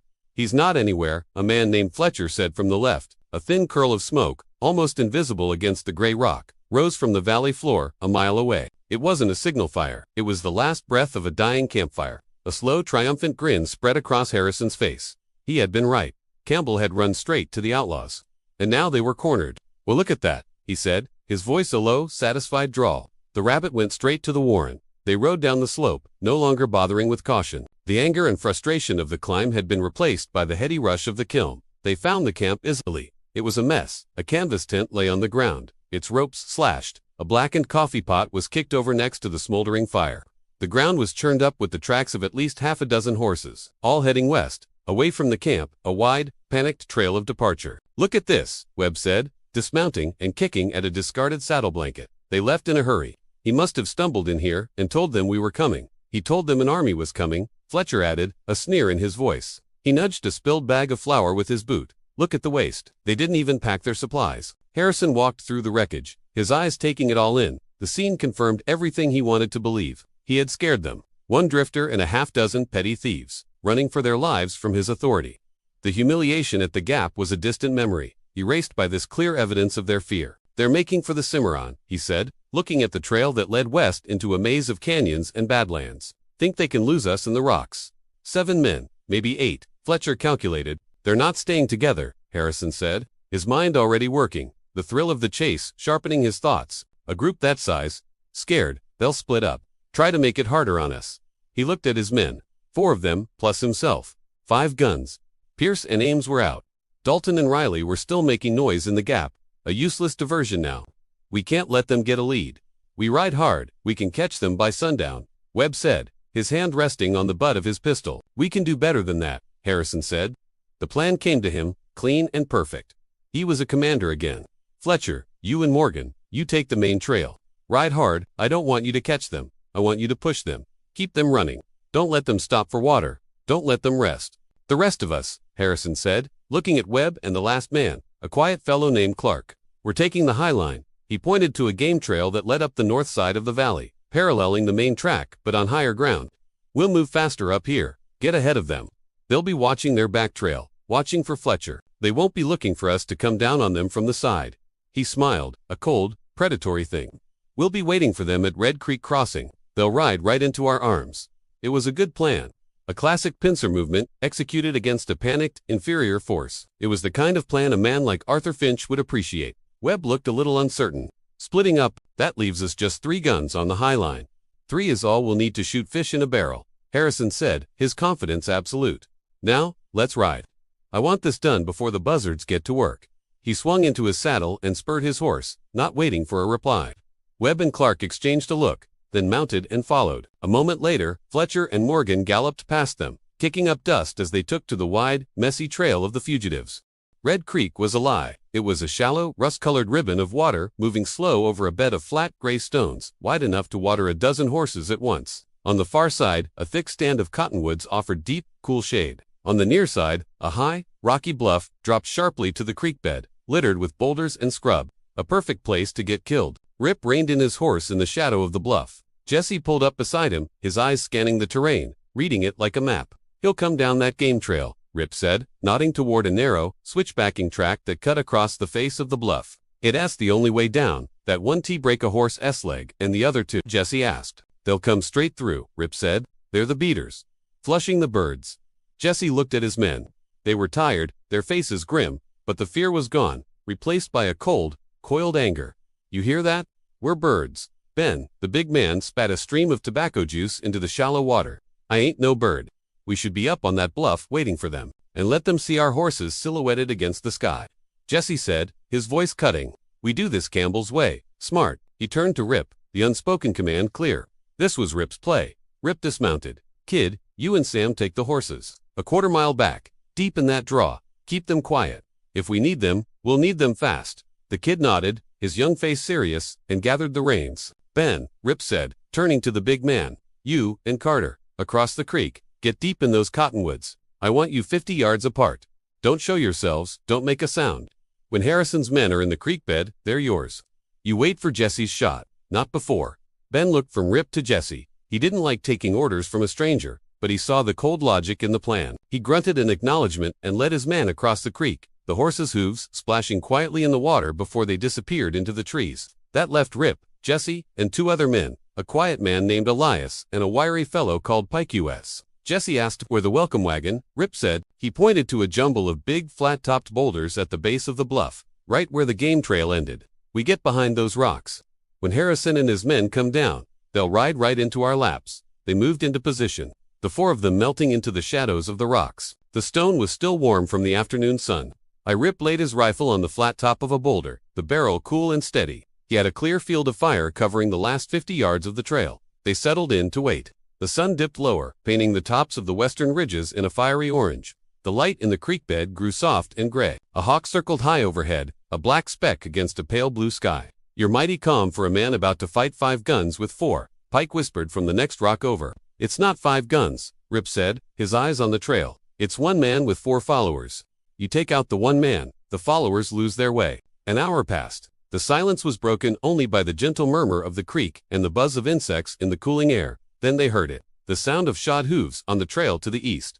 2 riders, moving at a steady, tired trot. Fletcher and Morgan. Rip watched them ride into the crossing. They stopped to let their horses drink. Their shoulders slumped with fatigue. They scanned the muddy banks, saw the tracks of 7 horses leading west, and exchanged a few words Rip couldn't hear. They hadn't seen a thing. They nudged their horses on, riding straight past the cottonwoods where Ben and Carter were hidden, and disappeared down the trail. The bait had passed through the trap untouched. Now the real waiting began. The shadows in the creek bed deepened. The air grew still. Another 10 minutes passed. Then a single stone clattered down the face of the bluff, dislodged by a careless boot. Rip brought the rifle to his shoulder, the smooth wood cool against his cheek. He looked through the sights and saw the first rider appear on the game trail, a dark shape against the evening sky. It was Harrison, who was looking down, focused on the treacherous footing, his face a mask of grim determination. He thought he was the hunter. He had no idea he had just stepped into the killing jar. Harrison's horse took the last switchback, its iron shoes scraping on the rock. The animal was tired, its head low. Harrison was focused on the creek bed below, his eyes scanning for the churned-up tracks of the men he was hunting. He saw them, a dark, messy trail leading west. A thin smile touched his lips. Webb came down the trail behind him, followed by Clark, the quiet man. See anything? Webb asked, his voice a low grunt. The end of the line, Harrison said. He nudged his horse forward, off the trail and into the shallow water of the creek. The world exploded. Rip's rifle bucked against his shoulder. The shot was a clean, hard crack that wasn't aimed at Harrison, but at the ground, a foot in front of his horse. Water and red mud erupted in a violent spray, stinging the horse's face and chest. The animal screamed, a high, terrified sound, and reared, its front hooves flailing at the air. Harrison, caught completely by surprise, was thrown backward out of the saddle. He landed hard in the shallow water with a grunt, the impact knocking the wind out of him. Before the splash had settled, Jesse's rifle answered from the next rock over. Then Pike's, then Elias's. 4 rifles firing in a staggered, rolling thunder from the base of the bluff. Webb never had a chance to draw his pistol. A bullet took him high in the shoulder, spinning him sideways and knocking him clean off his horse. He hit the water and lay still. Clark, the quiet man, reacted a half-second faster. He threw himself from his saddle as his horse went down, shot through the neck. He landed behind the dying animal, its body a temporary shield, and began firing his revolver blindly toward the rocks. The shots wild and panicked. To the rocks, Harrison bellowed, scrambling on his hands and knees through the water. His horse had bolted, galloping madly down the creek bed. He had his pistol in his hand, firing toward the muzzle flashes, but he was a perfect target, a man on all fours in the middle of a stream. A bullet from Jesse's rifle tore a chunk of stone from the rock beside Harrison's head, spraying his face with stinging granite chips. He flinched and dove, finding shelter behind a low, flat stone that barely covered his torso. From the cottonwoods on the far side of the creek, Ben watched the show, a grin splitting his face. He nudged Carter with his elbow. "Look at him. Rats in a bucket." "Jesse ain't fired the signal," Carter whispered, his rifle held tight. "He will," Ben said, his eyes on the trail to the east. "He will." A quarter-mile down the trail, Fletcher pulled his horse to a skidding halt. The sound of the gunfire, a rolling, vicious volley, reached them clearly on the evening air. "That ain't them," Morgan said, his hand already on his pistol. "That's Harrison. He found them," Fletcher said, wheeling his horse around. His orders had been to push the fugitives, but the sound of that many rifles meant the plan had gone wrong. "Come on." They spurred their horses, galloping back the way they had come, riding straight toward the sound of the guns. They came around a bend at a full charge and hit the Red Creek crossing, their horses splashing into the water. They saw it all in an instant. The dead horses in the creek, Clark pinned down, firing his pistol, Harrison trying to make himself smaller behind a rock. They were a rescue party, their eyes fixed on the battle at the base of the bluff. They never looked at the cottonwoods. Jesse saw them coming. He raised his rifle and fired a single, deliberate shot high into the air. The signal, the quiet grove of trees across the creek, erupted in fire and smoke. Ben's rifle boomed, a heavy, deafening roar. Fletcher was lifted from his saddle as if by an invisible hand, his arms thrown wide, and crashed into the water. Morgan screamed, a high, thin sound, as a bullet shattered his leg. His horse shied violently, unseating him, and he fell, his foot caught in the stirrup. The horse bolted, panicked, dragging the screaming Morgan behind it, his body bouncing and twisting over the rocks of the creek bed. In less than a minute, Harrison's 5-man hunting party was a wreck of dead horses, wounded men, and pure, shrieking chaos. The silence, when it fell, was heavier than the gunfire had been. It was a silence made of smoke, the coppery smell of blood on the wet air, and the low, bubbling moans of a man drowning in his own pain. Rip stood up from behind the boulder, his rifle held low and ready. Jesse rose beside him, a mirror image. Across the creek, the big man, Ben, and his partner stepped out of the cottonwoods, their rifles pointed at the wreckage in the stream. The trap was no longer a secret, it was a cage, and the doors were closed. "Harrison." Jesse's voice was a sharp, clear bark that cut through the quiet. "The shooting's done. You want the talking to start." There was a long pause. Then, a voice, tight with pain and fury, came from behind the low, flat rock in the middle of the creek. "Go to hell. We can arrange that," Ben growled from the far bank, raising his rifle. "Easy," Rip said, his voice not loud, but carrying. He walked out from behind the rocks, his boots splashing in the shallow water. He moved into the open, a deliberate act of control. He stopped 20 feet from Harrison's position. "Your man Clark, behind the horse, he's out of bullets. Your man Webb is shot. The one the horse dragged, Morgan, he's not getting up. You're out of moves." Harrison's hat, dark and wet, rose slowly from behind the rock. Then his eyes, full of a disbelief that was slowly curdling into pure hatred. He had been beaten. Not just beaten, but dismantled, taken apart, piece by piece, by a drifter and a handful of outlaws he had dismissed as rabble. "What do you want, Campbell?" Harrison rasped. "Your guns," Rip said. "The rifles, the pistols. You push them out into the water.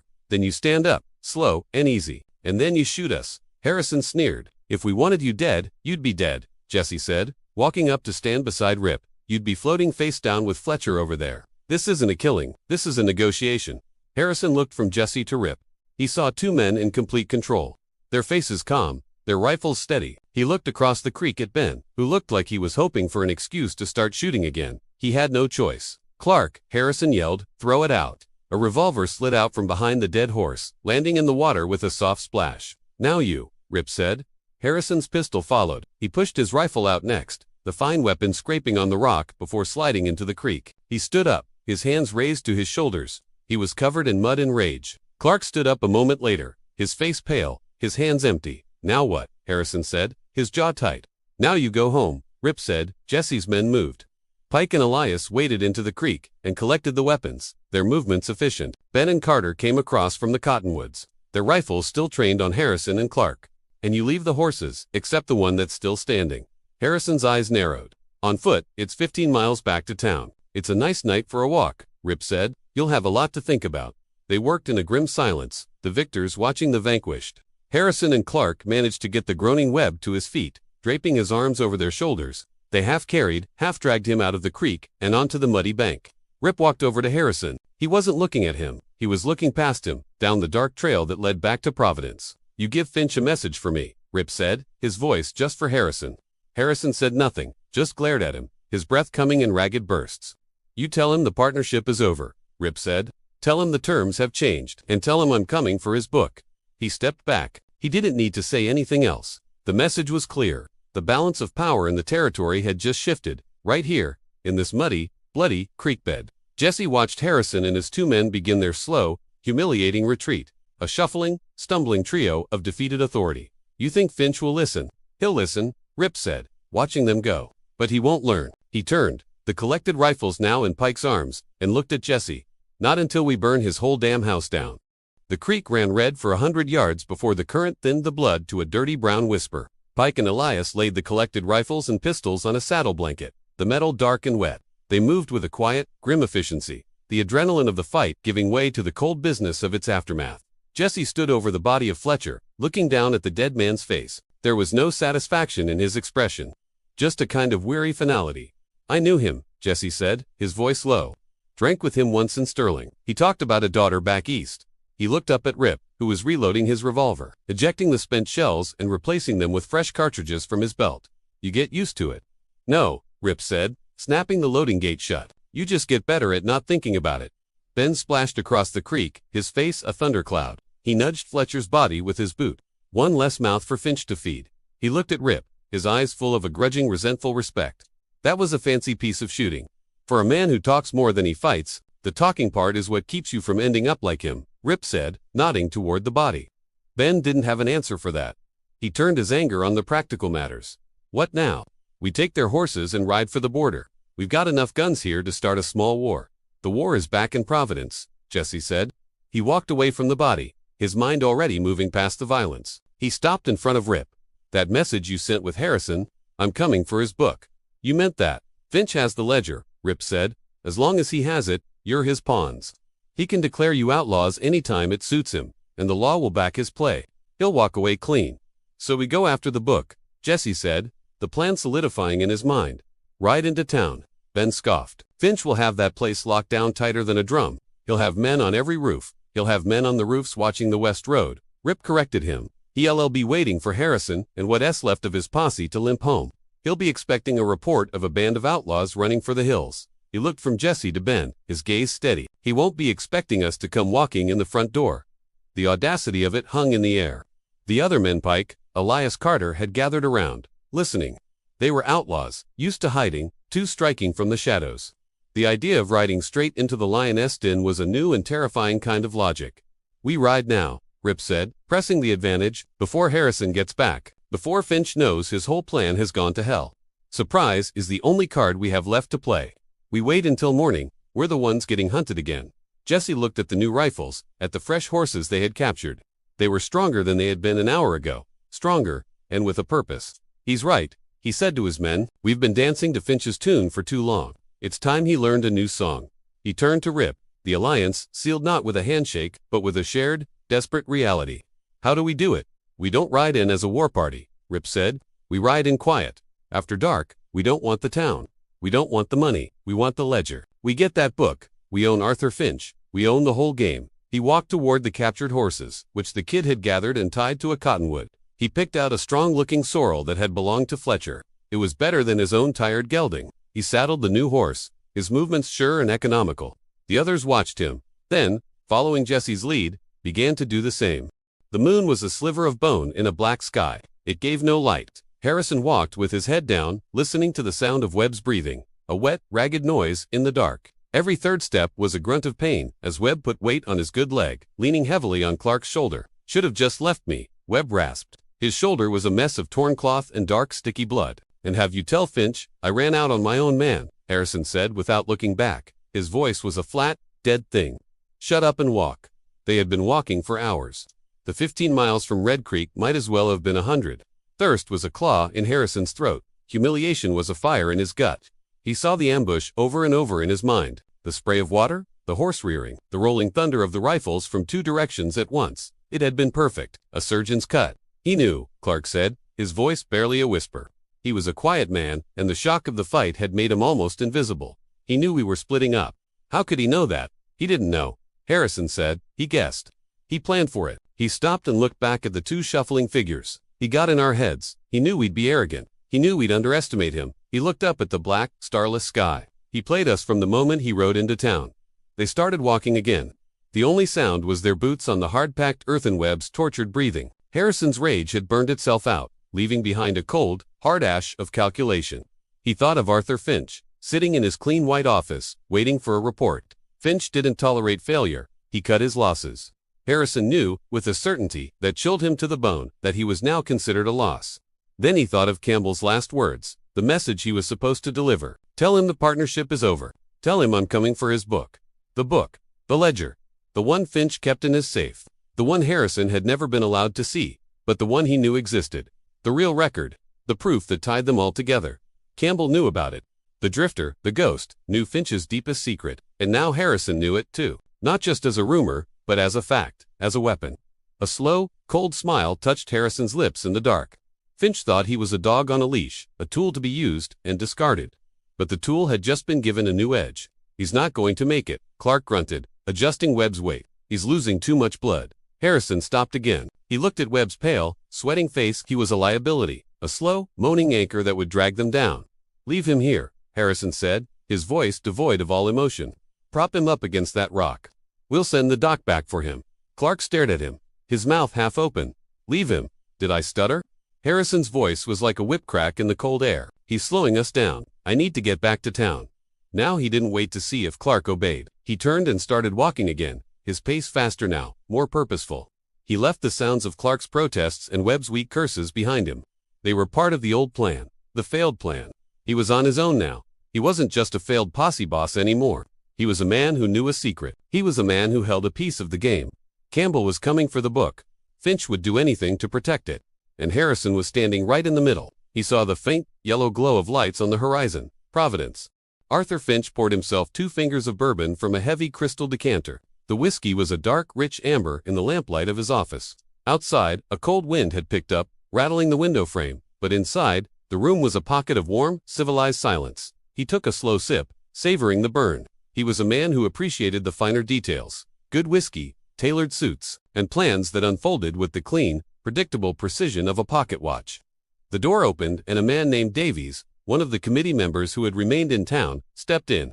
He was a merchant, soft in the belly and in the head, a man who followed orders. Any word, Mr. Finch? Davies asked, his hands fidgeting with the brim of his hat. Patience, Mr. Davies, Finch said, not turning from the window. He was looking west, toward the dark, empty plains. Harrison is a capable instrument. He will have a report for us by morning. 9 men, though, Davies said, a note of worry in his voice. It seems a lot for one drifter. It is not for the drifter, Finch said, finally turning, his eyes cool and dismissive. It is for the town. It is a demonstration, a lesson in the consequences of disorder. He smiled, a thin, patronizing expression. The people need to be reminded, from time to time, that the peace they enjoy is not free. Today's lesson, I admit, is a bit more expensive than usual, but it will be effective. He took another sip of his bourbon. He had no doubt about the outcome. A ragged drifter and a handful of second-rate bandits against his organized, well-armed force. It wasn't a fight. It was an extermination. He was already composing the report he would send to the territorial marshal, the one that would paint him as the hero who finally cleaned up the outlaw menace.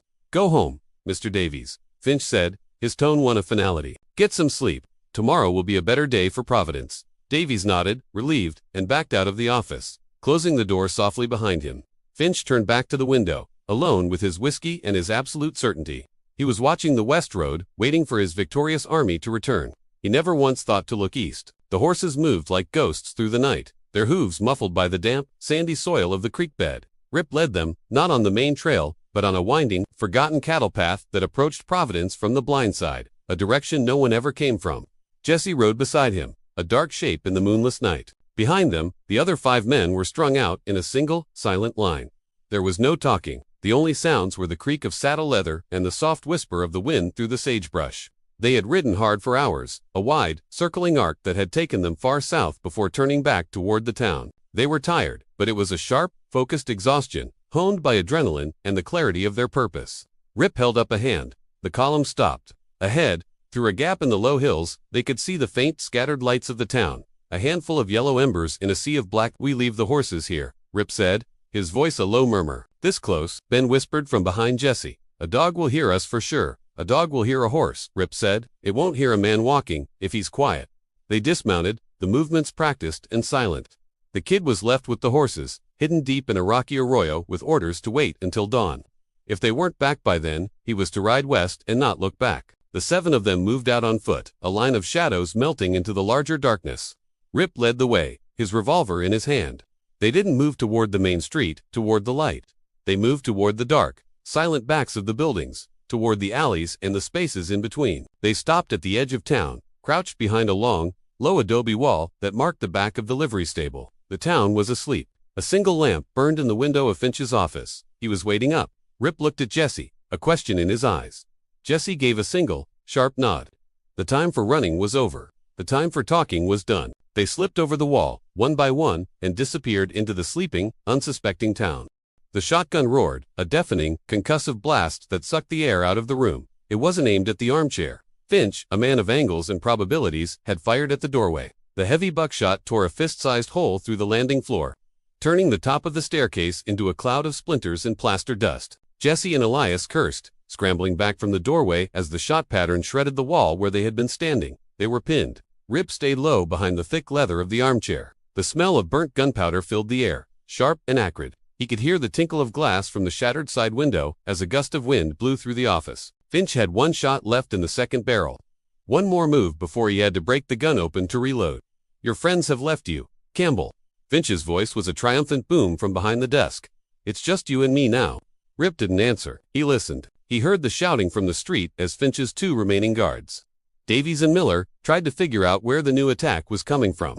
They would be looking at the side of the building, at the broken window. Then he heard a new sound, the crash of the front door of the building being kicked in downstairs, followed by the heavy, determined tramp of a single pair of boots on the main staircase. It wasn't Jesse, it wasn't one of his men. Finch heard it too. A flicker of confusion crossed his face. His plan had accounted for Campbell and the outlaws. It had not accounted for this. He was a muddy, limping wreck, his face a mask of dried blood and cold fury. It was Harrison. In his hand, he held a rifle he hadn't been carrying when he left town. Davies, the merchant, lay at the bottom of the stairs, a lump in the darkness. Harrison hadn't bothered to be quiet. He didn't look at Jesse or Elias, who were still pressed against the wall on the landing. He didn't look at Rip, hidden behind the chair. "Looks like you're having a busy night." Finch's face, already pale in the lamplight, went the color of ash. His perfect, ordered world had just collapsed. The instrument had turned on its master. "Harrison, what is the meaning of this?" "A change in management," Harrison said. He limped into the room, the rifle held steady. He stopped, positioning himself so that he was not in the line of fire between the desk and the armchair, creating a deadly triangle. "I was thinking about partnerships, about percentages, about ledgers." The room was silent for a full 10 seconds. The only sound was the wind rattling the broken glass. It was no longer a fight. It was a negotiation with guns. "The book," Arthur Harrison said, his voice soft, almost conversational. "Campbell here came for it. Jesse came for it. Now, I'm coming for it. Seems to be a popular item tonight." Finch's knuckles were white on the stock of the shotgun. He looked from Harrison's cold, determined face to the armchair where Rip was hidden. He was a banker caught between 2 bad debts, and both were coming to collect. Rip rose slowly from behind the chair, his revolver in his hand. He didn't point it at Finch. He kept it level, covering the space between both men. "He's right, Finch," Rip said. "The book?" Finch looked at the 2 men. Then, at the big iron safe that stood in the corner of the room, its black paint gleaming in the lamplight. His last line of defense. "You'll kill each other over it." Finch sneered, a last shred of his old arrogance returning. "Maybe," Harrison said, the rifle unwavering. "But you'll be the first to go." He took a step toward the safe. "I know the combination is in your head, Arthur, nowhere else. You were always too careful for your own good." The game had changed again. It wasn't about who could shoot first, it was about the prize. And only one man in the room could open the box. "Get up," Rip said to Finch, his voice quiet but carrying the weight of a final command. "Slowly, and walk to the safe." The only sound in the room was the soft, oily click of the tumblers in the safe's lock. Finch's hands, steady as a surgeon's, turned the dial. One number, then the next. He wasn't hurrying. He was performing, a man demonstrating his control even with a rifle and a revolver trained on his back. He saw the slight tremor in Finch's left hand, the one not on the dial. The man was a coiled spring. Harrison stood off to the side, his rifle held ready. His eyes weren't on Finch's hands. They were on the dark, square door of the safe.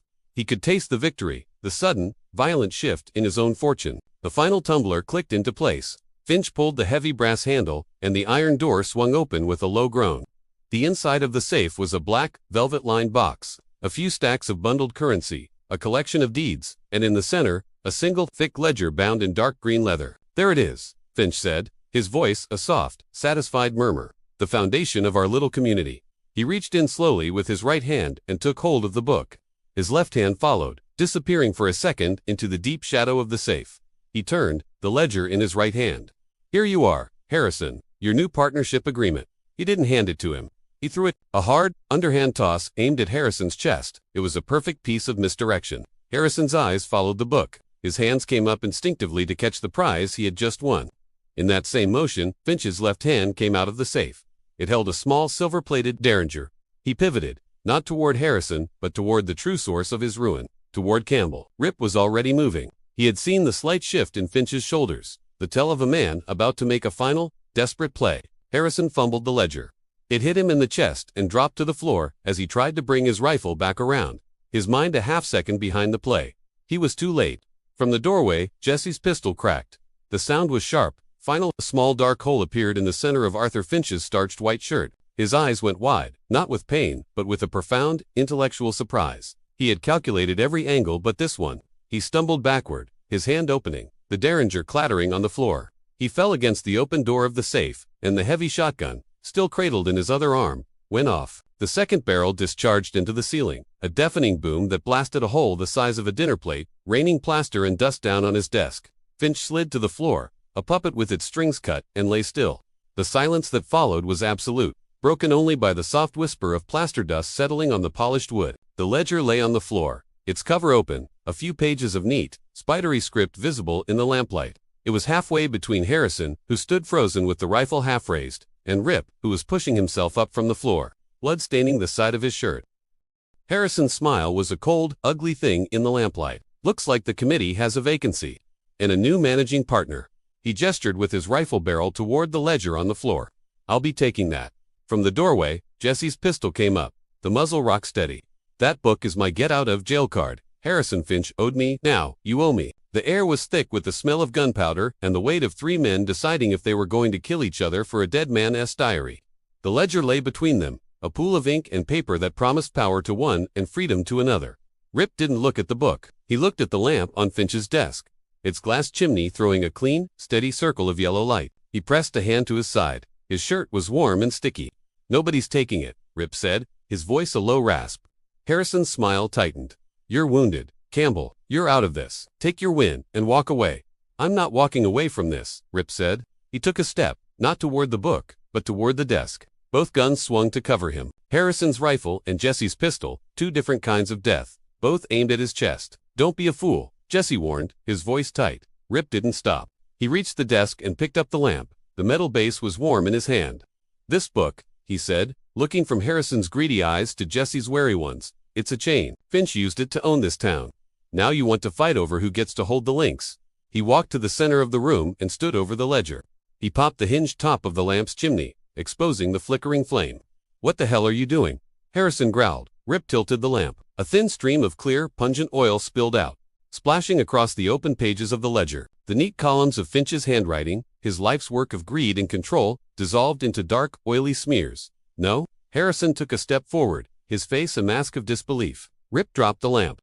The flame hit the oil-soaked paper, and the book erupted in a sudden, hungry whoosh of fire. Orange and yellow flames consumed the pages, turning the ink to smoke, the lies to ash. The foundation of Providence, the source of all the fear and all the power, was burning on the floor of a dead man's office. The standoff was over. There was nothing left to fight for. Harrison stared at the fire, at his new empire turning to cinders. A look of pure, impotent rage twisted his face. He looked at Rip, then at Jesse, then back at the flames. He opened his mouth, but no words came out. He turned, the rifle lowering in his hand, and limped out of the room, a king with no crown, no castle, and no army. Jesse watched him go, then slowly lowered his pistol. He looked at the burning book, a strange expression on his face, not relief, not anger, but a kind of weary understanding. The chain was broken. He was free, but he was also just an outlaw again, with no leverage, and a posse that would eventually come looking. You burn a man's house down, Jesse said, more to himself than to Rip. There's nothing left but the ashes. He looked at the blood on Rip's shirt. You'd better see to that. He holstered his pistol and turned, disappearing down the stairs with Elias. A moment later, Rip heard them slip out the back door. He was alone in the room with the dead man and the dying fire. He pressed his hand harder against his side. The pain a sharp, steady throb. He walked out of the office and down the stairs, not looking back. He found Matthew in the livery, a shotgun resting across his lap, waiting. The boy's eyes went wide when he saw the blood. It's a scratch, Rip said. He sat on a hay bale, while the boy fetched a bucket of clean water and a strip of cloth from a feed sack. Matthew cleaned the wound, a long shallow gouge along his ribs. It was ugly, but it had missed anything important. Is it over? Matthew asked, his hands surprisingly steady as he tied the bandage. For now, Rip said. He stood up, his movements stiff. The sun was a pale gray line on the eastern horizon. The town was beginning to wake up, to a day that would be different from all the ones that had come before. He walked to the sorrel he'd taken at the creek and saddled it. He took the satchel the boy had given him and tied it behind the cantle. He was done here. He turned to Matthew. This town's yours now. Yours and the others. You decide what it's going to be. He put a foot in the stirrup and swung up into the saddle. He looked down the empty, muddy street. A better tomorrow wasn't a promise. It was just a chance.